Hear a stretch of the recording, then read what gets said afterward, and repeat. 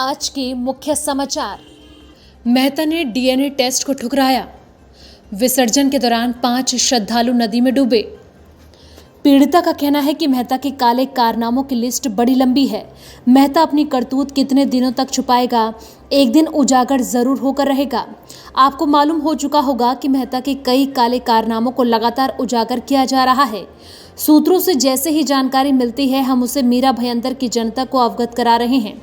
पूर्व विधायक नरेंद्र लालचंद मेहता के खिलाफ भुक्तभोगी महिला ने मीरा रोड पुलिस थाने में एफआईआर दुष्कर्म की दर्ज कराई थी और अनुसूचित जाति व जमाती अत्याचार प्रतिबंध अधिनियम के तहत महिला के बयान के अनुसार मेहता ने फरियादी के साथ अलग अलग क्षेत्रों के होटलों में ले जाकर छल व शादी का झांसा देकर उसके साथ कुकर्म किया था। इसी दुष्कर्म के चलते फरियादी को बेटा पैदा हुआ। फरियादी के बिना मर्जी के जबरन कुकर्म करता रहा और एक दिन मजबूर होकर न्याय के लिए मेहता व उसका सहयोगी संजय थरथरे के खिलाफ मीरा रोड पुलिस थाने में केस दर्ज करवा दिया गया। फरियादी हक की लड़ाई बेटे के लिए लड़ रही है ताकि उसके बेटे को पिता का नाम मिल जाए, लेकिन मेहता ने डीएनए की जांच को ठुकराते हुए कोर्ट पहुंच गई ताकि डीएनए जांच ना हो सके और सच्चाई पर झूठ का पर्दा पड़ सके। साफ सी बात है कि मेहता से पैदा हुए बच्चे का डीएनए जांच होगा तो साफ हो जाएगा कि बच्चे का बाप कौन है।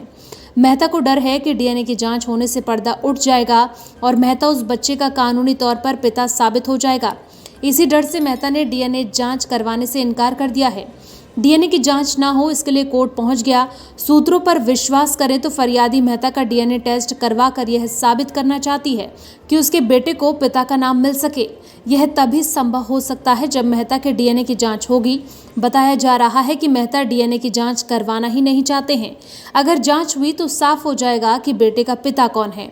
माँ की चिंता लाजमी है क्योंकि बेटा कल बड़ा होगा और पिता का नाम पूछेगा तो बेचारी पीड़िता माँ क्या बताएगी। यह भी चिंता है कि समाज में बेटे को लोग नाजायज की औलाद कह सकें। समाज में लोग जाने कि यह भी मेहता का बेटा है। बता दें कि मेहता ने फरियादी के केस की गिरफ्तारी से बचने के लिए बंबई उच्च न्यायालय से पुलिस द्वारा गिरफ्तारी पर रोक का ऑर्डर ले लिया है। बंबई उच्च न्यायालय में केस विचाराधीन है। बताया जा रहा है कि मेहता डीएनए जांच करवाना ही नहीं चाहते हैं। अगर डीएनए की जांच नहीं होगी तो बच्चे के पिता का नाम मिल जाएगा। यह एक बड़ा सवाल पैदा हो रहा है। इस खबर से किसी को व्यक्तिगत ठेस पहुंचाना हमारा मकसद नहीं है। हमारा भी वही मकसद है जो बच्चे की मां का है कि बच्चे को उसके पिता का नाम मिल सके। विचार है कि डीएनए की जांच हो और बच्चे को पिता का नाम मिल जाए। अगर मेहता ने शादी कर ली होती तो शायद यह केस भी नहीं होता। बड़ी ही आसानी से बच्चे को पिता का नाम मिल जाता, लेकिन ऐसा नहीं हुआ। आखिरकार बच्चे के अधिकार के लिए मेहता के खिलाफ केस दर्ज किया गया है और डीएनए की जांच करवाने का मकसद भी यही है कि बच्चे को उसके पिता का नाम मिल जाए। समाज में लोग नाजायज की औलाद ना बोल सके, अपने पिता का वारिस बन सके।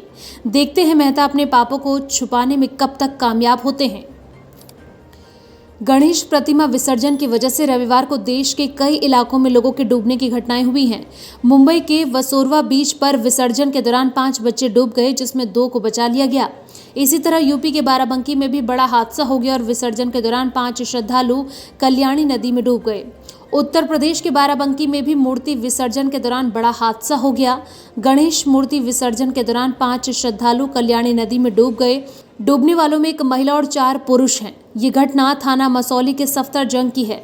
एसडीआरएफ की टीम को बुलाया गया है। स्थानीय गोताखोरों ने शवों को काफी तलाश किया, लेकिन किसी की लाश नहीं मिली। जिले के मसौली थाना क्षेत्र के शहादतगंज में नारायण धर पांडे के यहाँ गणेश प्रतिमा रख गई है। परिवार के सभी लोग विसर्जन के लिए कल्याणी नदी पर गए थे। डूबने वालों के नाम हैं नारायण धर पांडे पुत्र हरिश्चंद उम्र 55 साल, नीलेश पटवा पुत्र मदन पटवा उम्र 35 साल, मुन्नी पटवा पत्नी मदन उम्र 55 साल, धर्मेंद्र कश्यप पुत्र सीताराम उम्र 20 साल, सूरज पटवा पुत्र मदन उम्र 18 वर्ष है। भिंड में भी गणेश विसर्जन के दौरान एक दर्दनाक हादसा हो गया। गणेश विसर्जन के बाद तालाब में नहाते उतरते 4 बच्चों की तालाब में डूबने से मौत हो गई। मृतकों में 2 सगे भाई भी शामिल हैं। घटना मेहगांव इलाके में स्थित तालाब की है। दरअसल रविवार को मोर रोड पर स्थित वन खंडेश्वर मंदिर के पास तालाब में मेहगांव के लोगों द्वारा गणेश विसर्जन किया जा रहा था। गणेश विसर्जन के दौरान मेहगांव के बच्चे भी तालाब पर मौजूद थे। बच्चों ने तालाब में नहाने की कोशिश की, लेकिन वहां मौजूद उनके परिजनों ने उन्हें रोक दिया। हालांकि इसके बाद परिजनों के जाने के बाद बच्चे तालाब में नहाने लग गए, लेकिन गहरे पानी में जाने की वजह से 4 बच्चे पानी में डूब गए।